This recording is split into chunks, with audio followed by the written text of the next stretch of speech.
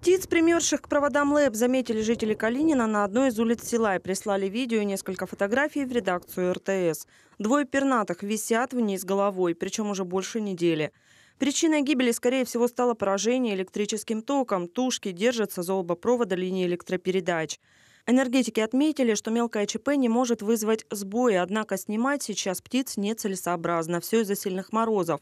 Для того, чтобы убрать тушки, придется отключить свет в Калинино минимум на 5 часов.